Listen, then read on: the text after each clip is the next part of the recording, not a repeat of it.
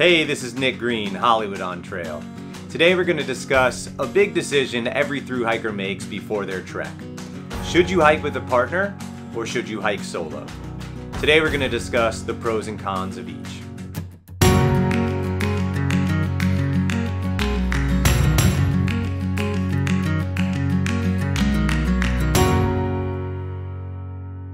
Okay, so we're going to start with the typical caveat I always give. Every hiker is different. So depending on what I say, this may or may not influence you one way or the other. If you think what I'm saying is helpful, incredible. If you think what I'm saying is really stupid and you're going to do the exact opposite, totally fine as well. You got to do what's best for you. And not only is every hiker different, but every trail is different as well. When you're hiking something like the Appalachian Trail and you want to do a thru hike, you're never really gonna be alone. There are so many fellow hikers that you're gonna meet out there that you can absolutely get camaraderie with, and you might even have a stronger bond with them by the end of your trek than you would have had with your already best friend you started out with. You never quite know how it's gonna shake out. On other trails that are more secluded, you might choose to hike with a partner because you really do want that camaraderie. You want somebody there to help you, to make you feel safe, to just chat with. Or you can choose not to hike with somebody because you really want that solitude. That's what you're craving. So again, depending on which trail you're gonna hike, your decision will be informed, at least in part, due to that. Really what it comes down to is, what's your intention for this hike? It might be finding solitude and figuring out that, hey, you know what? I can do something by myself and I don't have to rely on somebody else. Maybe your intention for this hike is to get close with a really good friend, or maybe with a partner, someone you're in a relationship with, and you want to experience this together. All those are awesome reasons to either hike with or without somebody else. But let's really dive into it.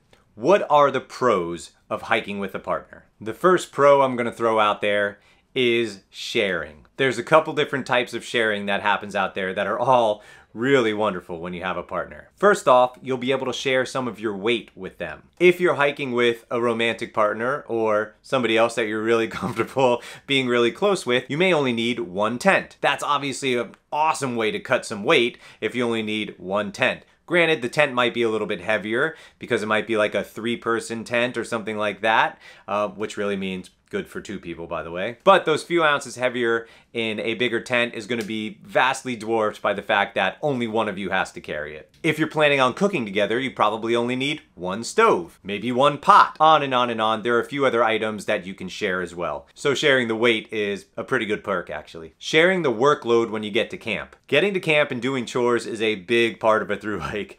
Everybody has to do chores. So when you get to a camp, you got to get water, you got to set up your tent, you got to set up all your sleeping things, you got to cook your food, you got to on and on and on, you got to do a lot of things. So sharing that workload is awesome as well. You can get really good at doing like your thing and do it really quickly, and you know when you come back from getting water, your tent's gonna be set up and you're gonna have food waiting for you. Or you can mix it up. Like you could do the water one day and your partner can do the water the next day, so you're not doing the same monotonous thing over and over again. Sharing the workload is huge.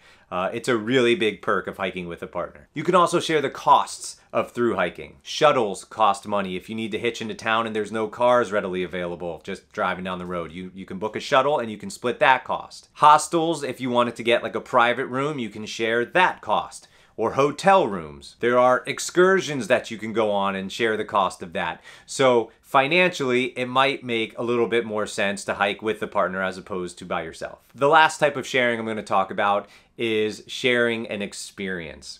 It's really hard to get back home after a thru hike and truly convey what you experienced on trail. The only people who really know what that feels like are other thru hikers. So having somebody who's close to you know exactly what you went through is really a wonderful feeling. It could be kind of isolating when people don't really know what you're talking about, or worse, don't even care about what you're talking about. But having somebody that you can confide in and share stories with, it's awesome. It's really a wonderful feeling. Moving on from sharing, we're gonna get into something that most people probably put as their #1 reason for hiking with a partner, and that's safety. Safety can come in a couple of different ways. Clearly, when you hike with another person, you are a bit safer from attacks, maybe from another human being, maybe from an animal. You are indeed safer in numbers. That's not to say you can't be safe with other hikers on trail that you meet, because you will have those numbers, but there is something nice about knowing, yes, this is a person I can absolutely trust who's by my side and we can be safe together. There's also just hiking safety. When you have to cross a really big river, or there are blowdowns, or the weather's getting really bad and there's lightning and all that sort of thing, having a person there that you can count on is huge. Again, not that you can't get it from other hikers that you meet on trail, but knowing that you're going with somebody who you can count on and you can trust is a big perk for sure. Now let's get into some of the cons, some of the not so wonderful things about hiking with a partner. First and foremost, in my opinion, keeping pace with somebody over the course of several months is extremely hard. Dare I even say impossible. If you think that you're going to be hiking right next to somebody for over 2,000 miles, I would say probably think again. Most of the time what happens is you're hiking with somebody, you wake up in the morning and you say, hey, where do we want to get to today? Oh, that shelter 22 miles down trail looks really nice. Let's shoot for that. Maybe I'll see you at lunchtime. Let's choose somewhere maybe 7 or 8 miles down trail that we'll meet up for lunch. Okay, see you later. And then you hike by yourself and you do your thing and you meet them for lunch. After lunch, you keep hiking, they keep hiking, you don't exactly go at the same pace, and then you meet each other for dinner. Then you keep hiking and they keep hiking, not at the same pace, and you meet each other at camp. Typically, that's what happens. Now, you can obviously plan, hey, you know what? Let's spend the day together today. I'm gonna lower my pace, or I'm gonna ramp up my pace a little bit, and we're gonna hike together.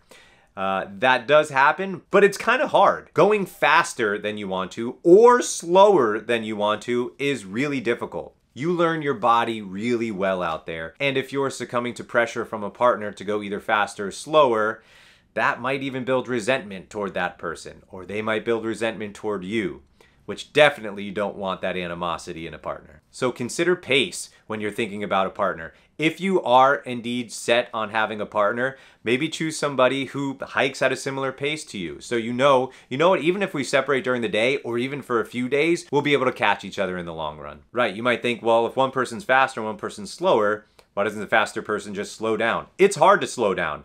Like, you're in your zone, and that's the best way to get you from A to B. And slowing down can sometimes completely throw that off kilter. So it's not as easy as just, well, why doesn't the faster person slow down? You kind of have to choose somebody who is at a similar pace to you, which you don't really know how you're going to react 1,000 miles in. That person might be super strong at the beginning and you might blow right by them. Who the heck knows? So just keep that in mind. Another con to keep in mind is that plans change. The one consistent of a thru hike is that there are going to be a lot of inconsistencies. One of you can get hurt. One of you can get sick. One of you can just not want to hike for a week and get off trail. Are you okay being hitched to somebody else's wagon? Making decisions based on somebody else's feelings is definitely something you're going to have to contend with if you choose to hike with a partner. And if you're able to move in and out of somebody's feelings seamlessly, you know this person really well, this might not be an issue for you. But I know for a lot of individuals, having to rely on another person in order to make plans like that doesn't exactly feel so good. And that's such a cool thing about doing a thru hike. You never know what's going to present itself the next day. You can meet a trail angel who said, hey, I'm going to take everybody into town and buy everybody a huge meal. You guys want to do that? And you think, heck yeah, I want to do that. And your partner says, no, actually, I kind of want to keep hiking. Well, what do? You can't just say, all right, you keep hiking and then stay at a shelter and zero there and I'm going to meet up with you the next day. It's just like one little thing has the butterfly effect of spawning into God knows what else down the line. Which leads to another possible con. You could possibly get in a fight with this person and then not want to hike with them anymore. Yet you kind of are in the same bubble and you have the same pace and then you see each other and it's this hopefully is a rectifiable situation, but what if it isn't? What if you really actually don't care for each other anymore, but you're on this grand adventure? Again, still kind of together. One great piece of advice I got when I was a lot younger is don't ever get into a relationship with somebody until you've traveled with them. Until you're like sweaty and gross and you don't know where you are and someone robbed you so you don't have any money left and you really have like all the adversity piled on top of you. You don't know how somebody else is going to react. You don't even know how you're going to react.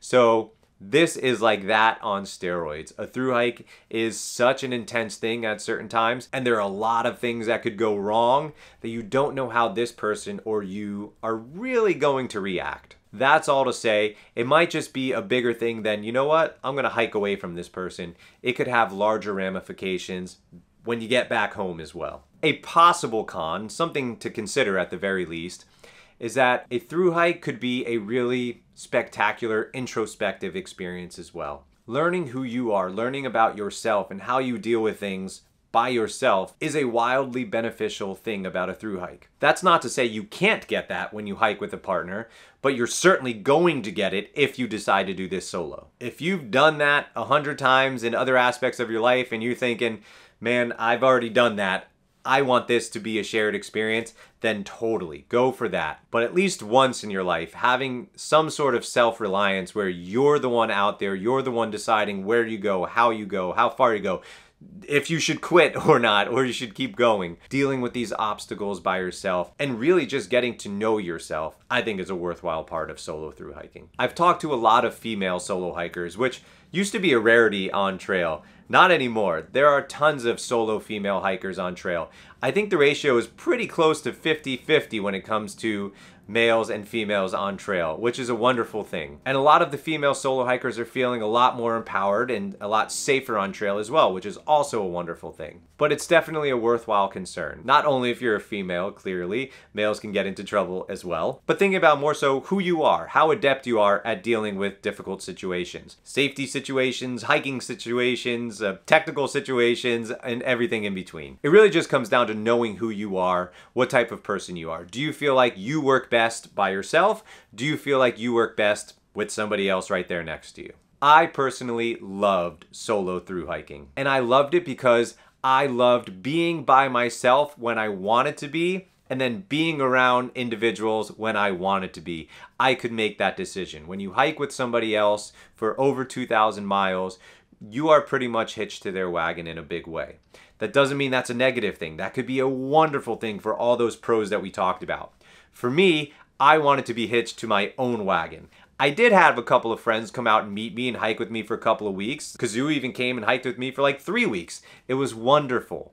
And then when he said goodbye, I said goodbye to him as well. And then I really enjoyed my time alone after that. It doesn't have to be one way or the other. You can have a little bit of both as well. If you decide to hike with a partner, just make sure you are both on the same page. Leave no stone unturned when it comes to talking about your feelings with this person.